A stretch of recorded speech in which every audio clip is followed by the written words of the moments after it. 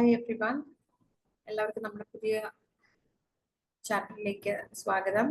ഇന്ന് നമ്മൾ പഠിക്കാൻ പോകുന്നത് general characteristics of main group elements and transition elements. നമുക്ക് എല്ലാവർക്കും പീരിയോഡിക് ടേബിൾ എന്താണെന്ന് അറിയാം.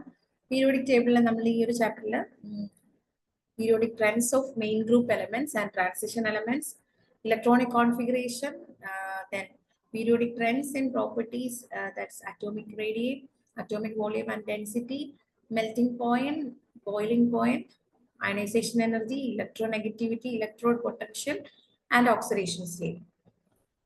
പിന്നെ നമ്മൾ stability of various oxidation state of manganese, iron and copper, ഇതൊക്കെ നമ്മൾ പഠിക്കുന്നുണ്ട്. എല്ലാവർക്കും പീരിയോഡിക് ടേബിൾ എന്താണെന്ന് അറിയാം. പീരിയോഡിക് ടേബിളിലുള്ള എലമെന്റ്സ്, ബേസിക് ആയിട്ടുള്ള എലമെന്റ്സ് എന്താന്നുള്ളത് നമുക്കറിയാം. അപ്പൊ ഇവിടെ എന്താണ് main group elements, transition elements, അതുമായിട്ട് റിലേറ്റ് ചെയ്ത ഒരു കാര്യമാണ് ഈ ചാപ്റ്ററിൽ നമ്മൾ പഠിക്കുന്നത്. നമുക്ക് ഫസ്റ്റ് മെയിൻ ഗ്രൂപ്പ് എലമെന്റ്സ് എന്താണെന്ന് നോക്കാം. മെയിൻ ഗ്രൂപ്പ് എലമെന്റ്സ് എന്ന് പറയുമ്പോൾ പീരിയോഡിക് ടേബിളിലെ ഫസ്റ്റ് ഗ്രൂപ്പ് എലമെന്റ്സും സെക്കൻഡ് ഗ്രൂപ്പ് എലമെന്റ്സും അതുപോലെ തന്നെ 13th to 18th ഗ്രൂപ്പ് എലമെന്റ്സിനെയാണ് നമ്മൾ മെയിൻ ഗ്രൂപ്പ് എലമെന്റ്സ് എന്ന് പറയുന്നത്. എസ് ബ്ലോക്ക് എലമെന്റ്സ് എന്ന് പറയുമ്പോൾ ഫസ്റ്റ് ഗ്രൂപ്പ് എലമെന്റ്സും സെക്കൻഡ് ഗ്രൂപ്പ് എലമെന്റ്സും എസ് ബ്ലോക്ക് എലമെന്റ്സ് ആണ്, അതായത് alkali metals, alkaline earth metals.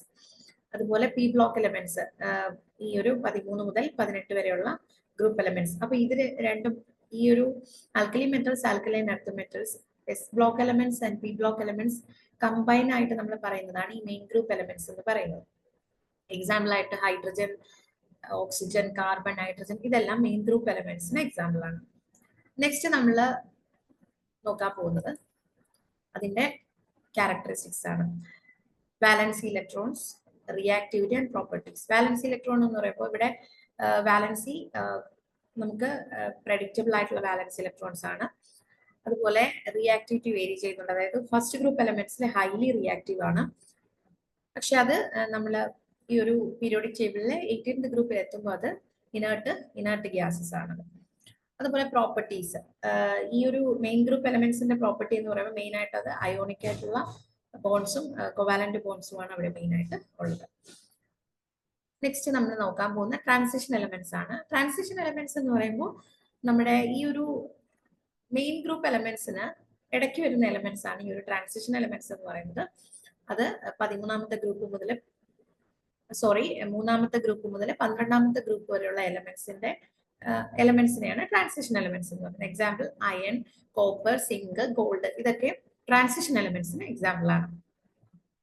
അപ്പൊ അതിന്റെ ക്യാരക്ടറിസ്റ്റിക്സ് എന്തൊക്കെയാണെന്ന് നോക്കാം. ഫസ്റ്റ് വാലൻസ് ഇലക്ട്രോൺ, അതായത് ഇൻകംപ്ലീറ്റ് ആയിട്ടുള്ള ഡി സബ്ഷെൽസ് ആണുള്ളത്. ഡി ബ്ലോക്ക് എലമെന്റ്സ് ആണ് ഈ ഒരു ട്രാൻസിഷൻ എലമെന്റ്സ് എന്ന് പറയുന്നത്. അപ്പൊ അവിടെ ഇൻകംപ്ലീറ്റ് ആയിട്ടുള്ള ഡി സബ്ഷെൽസ് ഉണ്ട്. അതുപോലെ റിയാക്ടിവിറ്റി എന്ന് പറയുമ്പോൾ ജനറലി ലെസ് റിയാക്റ്റീവ് ആണ്. മെയിൻ ഗ്രൂപ്പ് എലമെന്റ്സിനെ വെച്ച് നോക്കുമ്പോൾ ലെസ് റിയാക്റ്റീവ് ആണ് ഈ ഒരു ട്രാൻസിഷൻ എലമെന്റ്സ് എന്ന് പറയുന്നത്. പിന്നെ അതിന്റെ പ്രോപ്പർട്ടി മെയിൻ ആയിട്ട് കളേർഡ് കോമ്പൗണ്ട്സ് ആണ് ഈ ഒരു D block elements, transition elements form ചെയ്യുമ്പോൾ. അതുപോലെ മൾട്ടിപ്പിൾ ആയിട്ടുള്ള ഓക്സിഡേഷൻ സ്റ്റേറ്റ്, അതായത് +2, +3, അയണിന്റെ ഒക്കെ കേസ് എടുക്കുമ്പോൾ നമുക്ക് മൾട്ടിപ്പിൾ ആയിട്ടുള്ള ഓക്സിഡേഷൻ സ്റ്റേറ്റ് നമുക്ക് കാണാൻ പറ്റും. അതുപോലെ തന്നെ ഗുഡ് കണ്ടക്ടേഴ്സ് ഓഫ് ഇലക്ട്രിസിറ്റി ആണ് ഈ ഒരു ട്രാൻസിഷൻ എലമെന്റ്സ് എന്ന് പറയുന്നത്. ഓക്കെ, ഇത്രയും ക്ലിയർ ആണല്ലോ.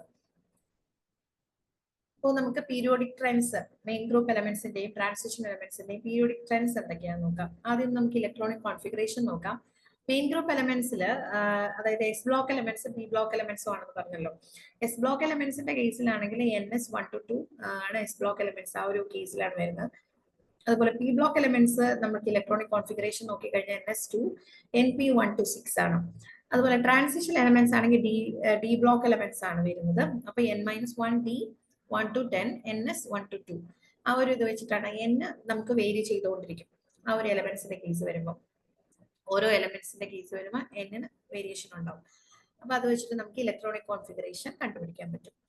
അതുപോലെ അറ്റോമിക് റേഡിയം എന്ന് പറയുമ്പോൾ മെയിൻ ഗ്രൂപ്പ് എലമെന്റ്സിൽ നമുക്ക് ലെഫ്റ്റിൽ നിന്ന് റൈറ്റിലോട്ട് പോകുമ്പോൾ ഈ ഒരു മെയിൻ ഗ്രൂപ്പ് എലമെന്റ്സിന്റെ ഈ ഒരു എന്താണ് അറ്റോമിക് റേഡിയസ് ഡിക്രീസ് ചെയ്യുന്നു. ടോപ്പ് ടു ബോട്ടം വരുമ്പോൾ അത് ഇൻക്രീസ് ചെയ്യുവാണ് ചെയ്യുന്നത് മെയിൻ ഗ്രൂപ്പ് എലമെന്റ്സിന്റെ കേസിൽ. ട്രാൻസിഷൻ എലമെന്റ്സിന്റെ കേസിലാണെങ്കിൽ നമുക്ക് ലെഫ്റ്റ് ടു റൈറ്റ് പോകുമ്പോൾ എന്താണ് നമുക്ക് അത് സ്ലൈറ്റ്ലി വേരിയേഷൻസ് വരാറുണ്ട്. ഓക്കെ, നെക്സ്റ്റ് വരുന്നത് അറ്റോമിക് വോളിയം ആൻഡ് ഡെൻസിറ്റി ആണ്. അറ്റോമിക് വോളിയം എന്ന് പറയുമ്പോൾ മെയിൻ ഗ്രൂപ്പ് എലമെന്റ്സിന് വോളിയം ഇൻക്രീസ് ചെയ്യും, അതുപോലെ ഡെൻസിറ്റി എന്താണ് മുകളിൽ നിന്ന് താഴോട്ട് വരുമ്പോഴും ഗ്രാജുവലി ഇൻക്രീസ് ചെയ്യുകയാണ് ചെയ്യുന്നത്. അതുപോലെ ട്രാൻസിഷൻ എലമെന്റ്സ് ആണെങ്കിൽ സ്മോളർ വോളിയം ആണ്, ഹയർ ഡെൻസിറ്റി ആണ് അതിന് വരുന്നത്. നെക്സ്റ്റ് നമ്മൾ നോക്കാൻ പോകുന്ന പീരിയോഡിക് ട്രെൻഡ് എന്ന് പറയുന്നത് melting and boiling point. Main group എലമെന്റ്സിന്റെ ഒക്കെ കേസ് വരുമ്പോൾ ലോവർ ആയിട്ടുള്ള മെൽറ്റിംഗ് പോയിന്റും ബോയിലിംഗ് പോയിന്റും ആണ്, അത് വേരി ചെയ്തുകൊണ്ടിരിക്കും. ട്രാൻസിഷൻ എലമെന്റ്സിന്റെ കേസിലാണെങ്കിൽ ഹയർ ആയിട്ടുള്ള മെൽറ്റിംഗ് പോയിന്റ് ബോയിലിംഗ് പോയിന്റും ആണ്, കാരണം അവിടെ സ്ട്രോങ് ആയിട്ടുള്ള മെറ്റാലിക് ബോണ്ട്സ് ഈ ഒരു ട്രാൻസിഷൻ എലമെന്റ്സിന്റെ കേസിലുണ്ട്. അതുപോലെ അയണൈസേഷൻ എനർജി എന്ന് പറയുമ്പോൾ ലെഫ്റ്റ് ടു റൈറ്റ് പോകുമ്പോൾ മെയിൻ ഗ്രൂപ്പ് എലമെന്റ്സിന് ഇൻക്രീസ് ചെയ്യും, ടോപ്പ് ടു ബോട്ടം ഡിക്രീസ് ചെയ്യുകയാണ് ചെയ്യുന്നത്. ട്രാൻസിഷൻ എലമെന്റ്സിന്റെ കേസ് വരുമ്പോൾ ലെഫ്റ്റ് ടു റൈറ്റ് പോകുമ്പോൾ ഗ്രാജുവലി ഇൻക്രീസ് ചെയ്യും, പക്ഷേ എന്താണ് മെയിൻ ഗ്രൂപ്പ് എലമെന്റ്സിനെക്കാളും ലോവർ ആയിട്ടായിരിക്കും വരുന്നത് ട്രാൻസിഷൻ എലമെന്റ്സിന്റെ കേസ്. ഇത്രയും ക്ലിയർ ആണ്. നെക്സ്റ്റ് നമ്മൾ നോക്കുന്ന ഫിസിക്കൽ പ്രോപ്പർട്ടീസ് ആണ്. ഫിസിക്കൽ പ്രോപ്പർട്ടീസ് നമ്മൾ നോക്കുമ്പോൾ മെയിൻ ഗ്രൂപ്പ് എലമെന്റ്സിന് ലോവർ മെൽറ്റിംഗ് പോയിന്റ് ബോയിലിംഗ് പോയിന്റും ആണ്, എക്സെപ്ഷണൽ കേസസ് ഒക്കെ ഉണ്ട്.